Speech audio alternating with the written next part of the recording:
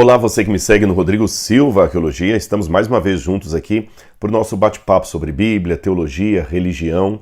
E hoje eu vou falar sobre um assunto que é recorrente na internet. Ou seja, as pessoas sempre pedem, através das redes sociais, que eu volte a falar desse assunto. Rodrigo, o que é a marca da besta? A tão famosa marca da besta, que já se tornou desde filme de terror até tema de música de rock and roll.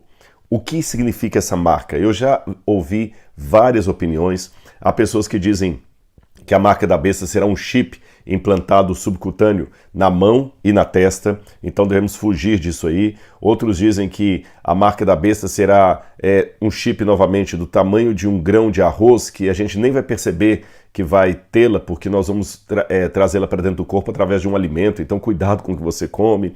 Há outros que dizem que a marca da besta seria o código de barras. Agora já tem uma nova versão que a marca da besta será imposta pela inteligência artificial. Essa é a mais recente. E havia aquelas versões antigas, que a marca da besta seria a televisão, a internet, ou seja, tem de tudo um pouco. Afinal de contas, qual seria a marca da besta a partir de uma leitura lúcida da Bíblia e não apenas tomada pela coqueluche do momento, sabe? Uma vez eu vi uma tirinha do Zé Apocalipse, dessas tirinhas de jornal, e o sujeito falando assim: a besta do Apocalipse é Saddam Hussein, Saddam Hussein. Aí o outro colega dele falou: espera, você antes falava que a besta do Apocalipse era Ronald Reagan. Aí ele falou assim: é porque eu trabalho com a versão revista e atualizada. Então quer dizer, cada hora virou até piada isso, até meme, tem alguém dizendo o que seria a marca da besta. Então que sugestão eu poderia dar para você da interpretação dessa parte do Apocalipse que eu poderia julgar mais sólida e menos tomada por modismo? É isso que eu vou falar hoje no nosso vídeo aqui, então fique atento, porque é um assunto realmente que eu sei que interessa as pessoas. Agora, antes eu quero fazer um convite. Dos dias 10 a 14 de setembro, corrigindo aí, de 10 a 14 de setembro, anote na sua agenda, nós teremos a Semana do Perdão. Esse é outro assunto importante, polêmico e delicado. Por que perdoar? Por que eu não consigo perdoar? Quais seriam os benefícios ou os malefícios de perdoar ou de não perdoar alguém? Como é que eu consigo soltar aquela pessoa que me magoou tanto e que eu já estou consciente que estou sofrendo consequências pelo rancor que eu tenho em relação a essa pessoa? E quando a pessoa não está nem aí para o perdão? Então eu preparei junto com a minha equipe essa semana especial do perdão. Nós chamamos vários especialistas da área de saúde, da área de leis, da área de comportamento, jornalista. Então eu falarei da parte bíblica, nós teremos outros que vão falar de outras áreas também, inclusive da Bíblia. Nós ouvimos as pessoas na rua, ou seja, nós criamos de uma maneira sintetizada para você uma receita de como perdoar e ser feliz a despeito da dor que você está sentindo em relação a alguém que magoou você. E eu tenho certeza que esta temática é importante para muitos que estão me assistindo nesse momento. Então, dos dias 10 a 14 de setembro, agora nós teremos a Semana do Perdão. Foi preparada com muito carinho, você deve participar dela. Mas para participar, você deve fazer a sua inscrição. Então aqui na descrição desse vídeo, você tem o link. Fique tranquilo que é um evento totalmente gratuito. Você não vai pagar nada, é gratuito esse evento. A nossa equipe preparou, você só tem agora que entrar no link que está na descrição desse vídeo aqui e fazer a sua inscrição e aguardar as informações e participar da Semana do Perdão. Eu conto com você, eu acho que você vai gostar do que nós preparamos ali, tá certo? Do perdão para Apocalipse, especificamente Apocalipse 13. Vamos falar da marca da besta. Já falei aqui que há diferentes interpretações e para não cair naquela situação de música de amor quando você está na fossa, parece que qualquer uma conta a sua história, qual seria uma interpretação lúcida da marca da besta? Eu sei que alguém que está assistindo já está coçando para escrever nos comentários aí: Rodrigo, mas você é adventista, vai dar a interpretação da sua igreja? O outro é Testemunho de Jeová, o outro é Mormon, o outro é pós-tribulacionista, o outro é pré-tribulacionista. E para explicar esses dois últimos itens aí para você, essas duas últimas expressões, na teologia nós temos as várias áreas de estudo. Aquele estudo dos últimos eventos, ou da vida particular do indivíduo, ou da humanidade, nós chamamos de escatologia. Escatologia, o estudo das últimas coisas. A escatologia particular, ou pessoal, é aquela que responde a perguntas como: o que acontece depois da morte? Qual a natureza da morte? Por que morremos? O que acontece no final da vida do indivíduo? Ele vai para o céu, para o inferno, para o purgatório, ele reencarna, ele dorme na sepultura. O que acontece? Essa é a escatologia individual. A escatologia geral é aquela escatologia sobre o fim dos tempos, o que acontecerá nos últimos dias da história desse mundo. Alguns até trabalham com uma escatologia realizada, outra a se realizar, o sim e ainda não. Então são temáticas sobre o fim do mundo. E dentro dessa temática fala-se da grande tribulação, que será o momento em que o anticristo estará governando com força quase irrestrita sobre os governos desse mundo. Ele estará dominando sobre a política, sobre a economia, sobre a religião, e é nesse momento que será colocada a marca da besta sobre todas as pessoas, no período ali iminente à grande tribulação e pegando a grande tribulação. Então alguns teólogos interpretam que a igreja passará pela grande tribulação e será perseguida pelo anticristo. Outros pensam que não, que a igreja será arrebatada antes e somente os que ficarem para trás, especialmente judeus, que não aceitaram Jesus como Messias, é que vão ser perseguidos, e aqueles da igreja que não estavam preparados.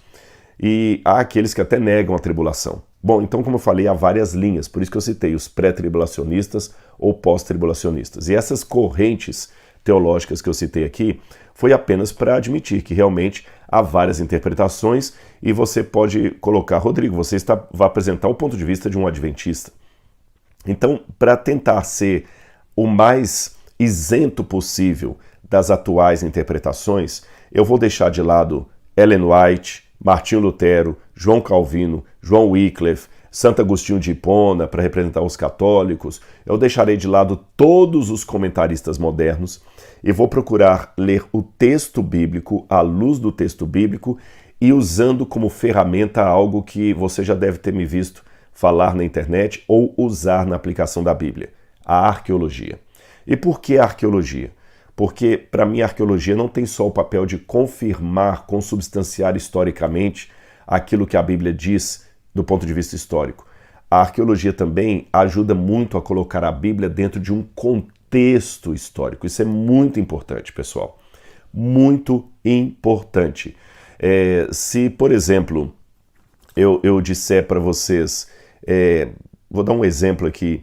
Olha, essa menina aí, ela é da Zona Sul, ela é riquinha da Zona Sul. O que eu quero dizer com essa expressão riquinha da Zona Sul? Ora, geralmente é uma expressão que vem do Rio de Janeiro, porque muitas pessoas ricas ficam na Zona Sul, é onde é a parte mais rica ali. Então você tinha muito nos anos 70, 80, às vezes algumas meninas ricas, porém metidas, que vinham da Zona Sul, e criou-se o jargão: ah, ela é riquinha da Zona Sul. Só que essa frase, daqui a 2000 anos, traduzida para uma outra língua, que hoje ainda nem existe, e virando Bíblia, ia causar muita discordância nas igrejas, muitas posições. O que significa riquinha da Zona Sul? Aí uns iam dizer que a Zona Sul era uma coisa, era outra, era outra, era outra. E uma maneira lúcida que eu acho de interpretar o que era riquinha da Zona Sul seria voltando ao nosso tempo e procurando saber de onde veio essa expressão. E procurando fora daquele texto as explicações para a expressão idiomática riquinha da Zona Sul. Aí nós iríamos entender melhor a gíria ou a expressão. Ficou claro o exemplo que eu dei? É isso que eu quero fazer com a Bíblia. Eu quero convidar você a mentalmente fazer uma viagem ao passado há 2000 anos e tentarmos imaginar. É possível esse exercício, viu? Ele não é um exercício assim fora da caixinha, não. Há possibilidade técnica de fazer esse exercício, de voltar mentalmente a 2000 anos e imaginar como um leitor da Ásia Menor, daquelas igrejas que receberam pela primeira vez os manuscritos do Apocalipse, entenderam essa mensagem. Porque o Apocalipse, antes de ser um livro escrito para nós, foi escrito para as pessoas que viveram na Ásia Menor, nas igrejas que eram pastoreadas pelo apóstolo João. Então eu tenho que fazer essa pergunta. É lógico que a viagem mental que eu falei não é uma viagem literal. Não tem como entrarmos numa máquina do tempo e voltarmos 2000 anos. mas podemos, de uma maneira lúcida e literária, fazer sim uma viagem para imaginar, não de maneira conjectural, mas de maneira assim, pelo menos uma hipótese razoável, como um leitor ou um ouvinte, porque nem todos tinham acesso à leitura, como um ouvinte primário do Apocalipse de João entendia isso. Alguém que viveu contemporâneo ao apóstolo, muito antes do nascimento de Wycliffe, Zwinglio, Agostinho, Calvino, todos esses que eu mencionei aqui e outros mais. Porque é uma leitura mais, assim, isenta dos elementos que foram colocados a posteriori. Tá certo? Eu vou ler para você a passagem bíblica que fala da marca da besta. Temos que começar lendo a Bíblia. A passagem está em Apocalipse capítulo 13, versículos 16 até o versículo 18. E diz assim: A todos os grandes e os pequenos, os ricos e os pobres, os livres e os escravos, faz com que lhes seja dada certa marca na mão direita ou na testa, para que ninguém possa comprar ou vender, senão aquele que tem a marca ou o nome da besta ou o número do seu nome. Aqui está a sabedoria. Aquele que tem entendimento, calcule o número da besta, pois é número de ser humano, e esse número é 666. Bom, vamos por etapas. Já li o livro, já li a passagem bíblica, agora vamos ver o contexto imediato dela. Essa passagem bíblica, ela está dentro de um capítulo maior, que é o capítulo 13 do Apocalipse. E no capítulo 13 do Apocalipse, a rigor, não existe uma besta, porém duas bestas. Dois paquidermes, duas feras. Uma que sai do mar e tem todas as características de um ser religioso, e outra que sai da terra, que tem todas as características de um ser político. Essa besta que sai da terra, que é um elemento político, é ela que dá força política à primeira besta para que essa se torne uma senhora da humanidade e tenha hegemonia sobre todos os povos. Essa é a súmula de tudo que nós estamos vendo aqui. E essa besta que surge da água, do mar, ela por sua vez recebe o poder do dragão. Então ela mesma não tem poder em si, porque essa besta inicial que surge do mar, ela recebe o poder do dragão, o dragão dá autoridade dela para a besta, e quem é o dragão no Apocalipse? É o próprio diabo, e já vou antecipar para você que é quase unânime entre os comentaristas, que o dragão é uma mescla do diabo, representado na história pelo Império Romano. Então essa besta ela recebe o poder do dragão, de acordo com o texto, e depois ela recebe também outro poder da segunda besta, que a torna a senhora de todo o planeta. Ficou claro? É isso aí. E é esta segunda besta que coloca uma marca, uma testa, na mão direita ou na fronte de todas as pessoas, e essa marca é relativa à primeira besta. Então, quando fala a marca da besta, eu estou falando da besta que saiu do mar. Dois animais. Muito bem. Agora que eu já tenho o contexto, a passagem e o contexto imediato dela, vamos ao contexto maior dela, o livro do Apocalipse. Aí no Apocalipse, algumas coisas me chamam a atenção. Em primeiro lugar, você sabia que o Apocalipse é o livro que mais faz alusões ao Antigo Testamento, ao Antigo e Novo Testamento? O Apocalipse é o livro que mais faz alusões ao resto da Bíblia Sagrada. Agora olha o paradoxo. O Apocalipse é o único livro que não traz nenhuma citação direta de outro livro bíblico. Olha que interessante. O Apocalipse é o livro que mais faz alusão aos outros livros da Bíblia, mas é o livro que não traz nenhuma citação direta da Bíblia. As alusões são sempre, como diz o nome, alusões. São paráfrase, lembranças, imagens que lembram aquela passagem do Antigo Testamento. São esses elementos que o Apocalipse traz, tá certo?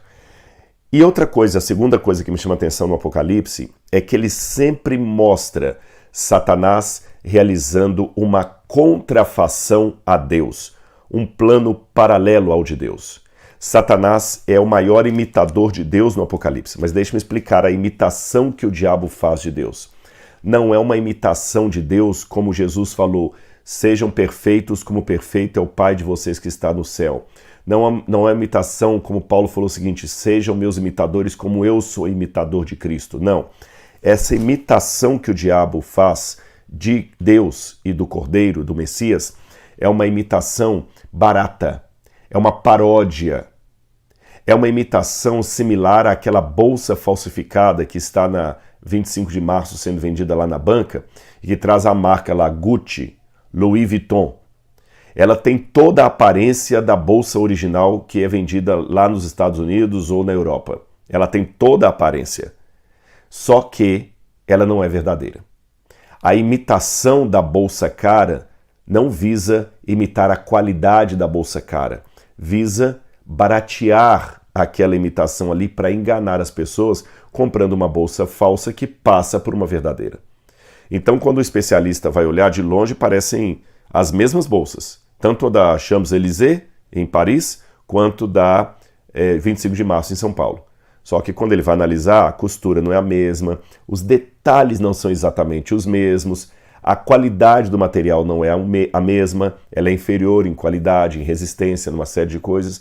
Então ela parece com a verdadeira, mas não tem a qualidade da verdadeira. É uma bolsa falsa. O diabo também, ele parece com o Messias, imita o Messias, mas não tem a qualidade do Messias. Vou dar alguns exemplos para vocês. Em Apocalipse capítulo 5, Jesus é retratado como sendo um cordeiro, preste atenção, um cordeiro que se assenta no trono de Deus Pai, e esse cordeiro está degolado. Porém, João se surpreende ao ver que o cordeiro, apesar de degolado, seguia vivo, sentado no trono de Deus Pai.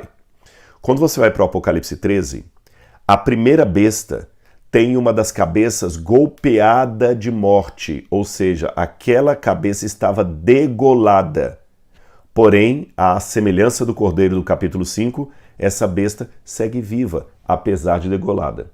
E assim como o cordeiro, redivivo, estava sentado no trono de Deus Pai, a besta, rediviva, está assentada no trono do dragão.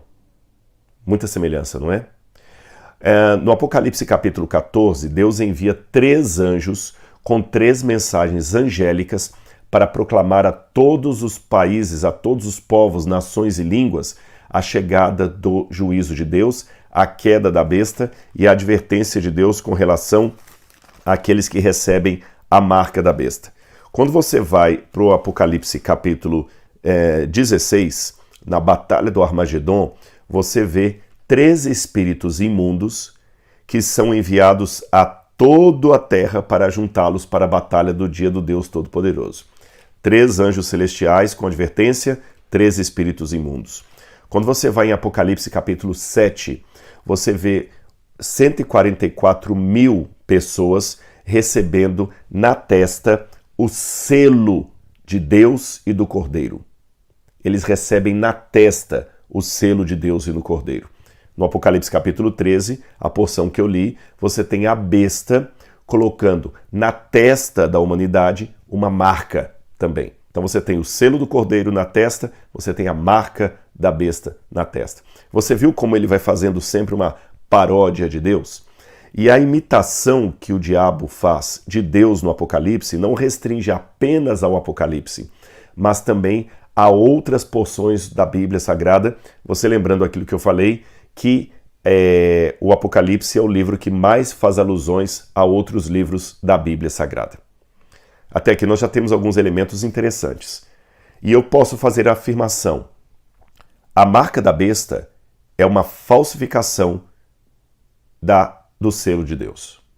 Então a pergunta que eu faço é: o que a marca da besta está falsificando? Essa pergunta para mim é chave.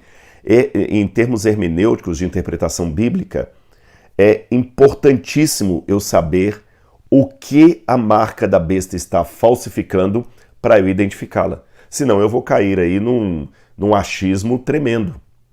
Eu vou ilustrar e você vai entender. Vamos novamente fazer aquele exercício de imaginação do futuro. Imaginem que hoje alguém escreveu um texto assim: a Polícia Federal apreendeu várias caixas de Rolex falsificados. Havia vários Rolex falsificados. E a partir disso, o governo federal demandou que qualquer comerciante que vender um Rolex falsificado será multado e, no caso de reincidência, será preso. Tudo bem na minha frase, não é? O texto que eu construí aqui do Rolex falsificado ficou claro para você. Ok.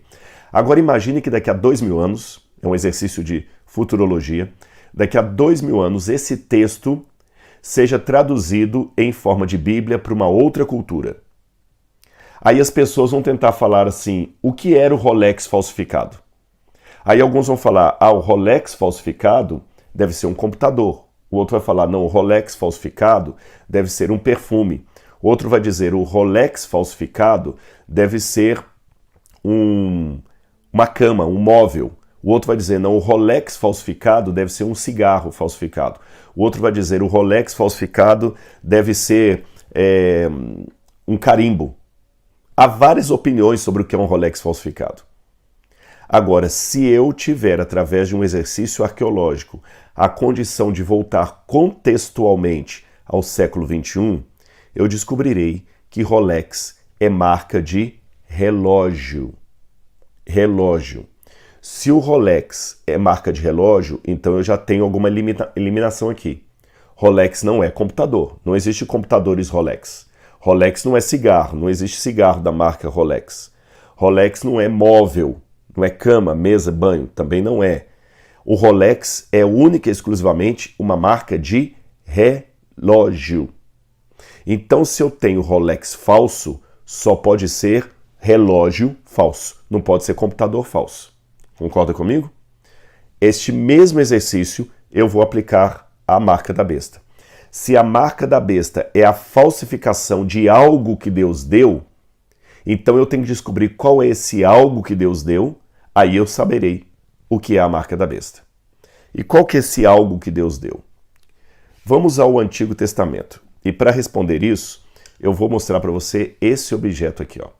Quem conhece o judaísmo, quem conhece cultura judaica ou já esteve em Israel, já viu isso aqui, ó. Esse é um mezuzá. O que é um mezuzá? O mezuzá é um elemento que o judeu tinha ordenado por Deus a ser colocado nas portas de sua casa, e até hoje os judeus fazem isso. Eles colocam o mezuzá meio torto aqui. Aqui você tem a letra Shin em hebraico, vou falar o significado dela daqui a pouco. E aqui dentro você olha que o mezuzá é oco, tá vendo? Olha, ele tem essa abertura aqui. Por quê? Há várias porções da Torá, da lei de Deus, do livro do Deuteronômio, que são colocadas aqui dentro. Deuteronômio é uma palavra grega que significa deuteros nomos, a repetição da lei de Deus, porque no Deuteronômio Moisés repete os estatutos, a lei que Deus deu para os judeus. E especialmente o cerne da lei, o resumo da lei, que é o Shema Israel. E você tem aqui o Shem, que tem outros significados também, mas um deles é o de Shema Israel, ouve, ó Israel. Eu vou ler para você isso no Antigo Testamento. Lembra que eu falei que o Apocalipse não faz citações diretas ao Antigo Testamento, mas faz muitas alusões a ele. E quando nós vamos ao livro de Deuteronômio, no capítulo 6 de Deuteronômio, nós vamos ler Deuteronômio capítulo 6, versículo 4. Olha o que Deus ordenou aqui. Escute, Israel, o Senhor nosso Deus é o único Deus. Esta frase, escute, Israel, o Senhor seu Deus é o único Deus, era praticamente assim, é até hoje no judaísmo, pode perguntar isso para qualquer judeu, é o resumo, o suprassumo da identidade judaica. Shema Israel, Adonai Eloheinu, Adonai Echad. Ouve, ó Israel, o Senhor nosso Deus é o único Senhor. Então, esse resumo aqui resume também a lei. Olha o que diz aqui no capítulo 5, traz os 10 mandamentos. Olha que interessante, no capítulo 5 do Deuteronômio você tem os 10 mandamentos. Aí Moisés se torna o mediador do povo e o capítulo 6 fala o grande mandamento. O grande mandamento não é que os outros são inferiores. O grande mandamento é aquele que dá o suprassumo da lei. Ouve, ó Israel, o Senhor, nosso Deus, é o único Senhor. Portanto, aí continua, ame o Senhor seu Deus de todo o seu coração, de toda a sua alma e com toda a sua força. É interessante que na época de Jesus, como nós vemos nos desafios das escolas de Shammai e Hillel, duas escolas rabínicas daquela época, muitos jovens desafiavam os seus professores, pelo menos temos 2 casos, pedindo que eles resumissem a lei e os profetas enquanto ele ficava numa posição assim, levantando a perna como se fosse fazendo 4. Um professor mandou o aluno embora e falou que era impossível resumir a lei, o outro resumiu. Jesus também recebeu alguém que perguntou isso para ele, Senhor, qual que é o grande mandamento? O que resume a lei? Jesus repetiu justamente Deuteronômio capítulo 6. Jesus falou, amar o Senhor, seu Deus, de todo o seu coração, de toda a sua alma e de toda a sua força ou entendimento, e amar o seu próximo como a si mesmo. Aqui eu já começo a destrinchar a lei, porque fala, amar o Senhor, seu Deus, de todo o seu coração, de toda a sua alma e de toda a sua força. Alguns traduzem com todo o seu entendimento. A força, a mão. O trabalho, o entendimento, a mente. E vamos continuar o texto. Estas palavras, diz o Deuteronômio, que hoje lhe ordeno, estarão em seu coração. Em seu coração. Você as inculcará a seus filhos, e delas falará quando estiver sentado em sua casa, andando pelo caminho, ao deitar-se e ao levantar-se. Também deve amarrá-las como sinal na sua mão, e elas serão por frontal entre os olhos. Você as escreverá em umbrais da sua casa e nas suas portas. Você as escreverá. Está vendo o mezuzá? Por isso que eles resumem. E colocará no umbral de sua porta. Mas o texto não falou só do mezuzá. Falou também que eles deveriam colocá-la por frontal entre os olhos e na mão. O judeu entende que é a mão esquerda porque fala do coração, é a mão do coração. E se você for hoje a Israel, você vai ver muito essa cena. É muito simples. Se você colocar no Google aí, escrever Tefilim, com N no final, Tefilim, você vai ver muitos judeus orando no Kotel, que os ocidentais chamam de Muro das Lamentações, mas o judeu chama de Kotel.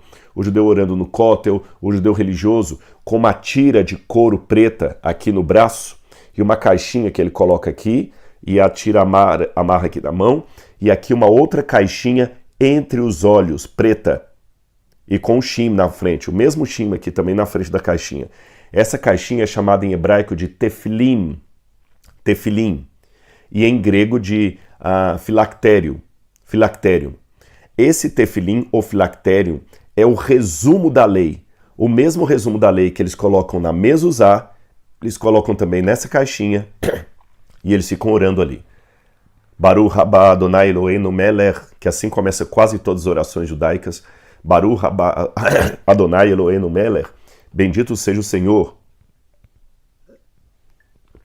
O Senhor, o nosso Deus. Bendito seja o Senhor, nosso Deus. Ele sempre começa a oração assim. E ele fica com aquela caixinha ali, apertando e orando, e aqui por frontal entre os olhos. Deus deu essa regra. E na época de Jesus, nós sabemos que os judeus já usavam essas caixinhas na testa. Eu não sei se elas eram pretas, como as do judaísmo de hoje. Mas a prova arqueológica que essas caixinhas eram usadas é que entre os manuscritos do Mar Morto em Qumran, eles encontraram tefilim do 1º século. Então, na época de Jesus, os judeus religiosos usavam essa caixinha assim. Ou seja, os leitores do Apocalipse primários, os primeiros a receber essa mensagem, muitos deles eram judeus ou oriundos de famílias judias, eles conheciam essa prática judaica de ter a lei por frontal entre os olhos e na mão direita. Então, certamente, aqueles que leram ou ouviram pela primeira vez esta passagem do Apocalipse, a besta vai colocar um sinal na testa ou na mão direita, eles lembraram do tefilim. Lembra o que eu fiz da comparação do Rolex falsificado? Rolex falsificado não pode ser uísque falsificado. Rolex falsificado não pode ser computador falsificado, nem celular falsificado. Rolex falsificado só pode ser relógio falsificado. A marca da besta é a falsificação do tefilim. Por isso que ela parece, mas tem uns detalhes que ela diverge. Lembra comparação também que eu fiz da bolsa Louis Vuitton, da 25 de março comparado com a bolsa lá da Champs-Élysées, perdão, ela parece em quase todos os detalhes, mas na costura o especialista vê que tem uma diferença. A coloração da bolsa não é exatamente a mesma e o material é inferior. O tefilim que a besta vai emplacar em todas as pessoas, ele é na mão direita. É quase semelhante, mas não exatamente igual. Então, com isso, eu sou obrigado a entender que a marca da besta será uma lei de Deus que será colocada, muito parecida com os 10 mandamentos, mas ligeiramente diferente. E a prova que a marca da besta só pode ser algo aludido aos mandamentos, aos 10 mandamentos, está no próprio Apocalipse. O capítulo 13 tem, antes dele e depois dele, praticamente a mesma frase que diz assim: olha como termina o capítulo 12, iminentemente antes de começar o capítulo 13. Ele diz assim: o dragão ficou irado contra a mulher e foi travar guerra contra o restante da descendência dela, ou seja, os que guardam os mandamentos de Deus e têm o testemunho de Jesus. Apocalipse capítulo 12, versículo 17. Os que guardam os mandamentos de Deus e têm o testemunho de Jesus. Aí começa a besta. Aí sabe como é que termina o capítulo da marca da besta? Olha no capítulo 14, fechando esse escopo aqui. Diz assim, Apocalipse capítulo 14, versículo 12. Aqui está a perseverança dos santos, os que guardam os mandamentos de Deus e a fé em Jesus. Então a marca dos que vão resistir à besta é colocada imediatamente antes e quase imediatamente depois do capítulo 13. A marca dos que vão resistir ao sinal da besta é justamente os que guardam os mandamentos de Deus e têm a fé de Jesus. E antes que você me pergunte quais são os mandamentos de Deus, que alguém pode falar, não, mas os mandamentos de Jesus são apenas para amar a Deus e ao próximo. Quando Jesus falou para amar a Deus e ao próximo, ele não estava dando um mandamento no lugar dos 10 mandamentos. Lembre, essa frase de Jesus, a lei depende de amar a Deus e ao próximo, é um resumo dos 10 mandamentos, não uma substituição deles. Se você olhar os 4 primeiros mandamentos do decálogo dos 10 mandamentos, são mandamentos relacionados a Deus. Não terás outros deuses diante de mim, não levará o nome do Senhor teu Deus em vão, não fará imagem de escultura, lembra do Shabat para santificar. São obrigações do ser humano para com Deus. Os outros 6 mandamentos são obrigações do ser humano para com seu próximo. Honrar pai e mãe, não matar, não adulterar, não cobiçar o que é do seu semelhante. Percebeu? A primeira tábua dos 10 mandamentos se resume no que Jesus falou, amar a Deus sobre todas as coisas. A segunda parte dos 10 mandamentos se resume na continuação do que Jesus falou, e ao próximo como a você mesmo. Jesus não deu esses mandamentos para substituir o decálogo, mas para resumi-lo, porque o decálogo só serve se for obedecido por amor. Outro detalhe, em Apocalipse capítulo 12, capítulo 11, quando vai abrir todo esse cenário que envolve o dragão, a primeira besta e a segunda besta, o cenário do Apocalipse começa assim, olha, Apocalipse 11, versículo 19. Abriu-se então o santuário de Deus que se acha no céu e foi vista a arca da aliança no seu santuário. E sobrevieram relâmpagos, vozes, trovões, terremoto e chuva de granizo. Em que parte do Antigo Testamento sobrevieram no mesmo momento relâmpagos, vozes, trovões, terremoto e grande chuva de granizo? A que o Apocalipse está aludindo aqui? Ao momento em que Deus entregou a lei para Moisés no Monte Sinai. E no início o verso já dizia, abriu-se o santuário de Deus, que se encontra no céu. Na terra tinha um santuário que era uma cópia do santuário celestial. E nesse santuário da terra, você tinha o que ali no lugar santíssimo? A Arca da Aliança. E o que ficava dentro da Arca da Aliança? Os 10 mandamentos. Então, meus amigos, independente do que escreveram Calvino, Santo Agostinho de Hipona, Santo Tomás de Aquino, Ellen White, Lutero, Adam Clarke, qualquer autor que eu pudesse imaginar, eu, com muita honestidade intelectual, você pode discordar de mim e eu respeito a sua discordância, mas com muita honestidade intelectual, vendo o contexto da época arqueológico e como ele me ilustra esse texto aqui, eu só posso concluir que a marca da besta será uma afronta aos 10 mandamentos da lei de Deus. Então fique atento. A única coisa que eu peço a você é fique atento. Qualquer proposta de governo que não afronte a lei de Deus ou aos mandamentos de Deus, como bom cidadão, eu tenho que obedecer. Devolver meus impostos, ser um bom cidadão, ter civilidade, dar o exemplo de cidadania. Mas se qualquer governo de qualquer país, ou mesmo o governo mundial que já está se desenhando aí, e não é teoria da conspiração não, tem muita gente política de conhecimento falando do planejamento de uma moeda única, de um governo único, de uma legislação única, de uma economia global. Qualquer proposta que afrontar qualquer um dos 10 mandamentos, o meu apelo a você, fique do lado de Deus. Mesmo que isso custe o seu emprego, mesmo que você não possa comprar ou vender, porque você não vai se render ao sistema, porque somente nesta fidelidade é que você receberá o sinal de Deus sobre a sua fronte e não a marca da besta sobre a sua fronte. Tá certo? Sem fanatismo, sem sensacionalismo, sem modismo de a marca da besta é computador, a marca da besta é inteligência artificial, a marca da besta é o Bill Gates, a marca da besta é a Apple. A marca da besta, para mim, é uma afronta que será feita num governo mundial contra os 10 mandamentos de Deus. Ponto. Eu não tenho como fugir disso. Agora, e você? O que pensa de tudo isso?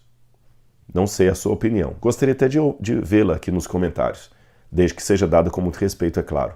Mas um apelo eu acho que eu posso fazer a você, mesmo que você discorde da minha interpretação. O apelo é o seguinte: ainda que caia aos céus, seja fiel ao Cordeiro. É isto o que importa. O resto é comentário.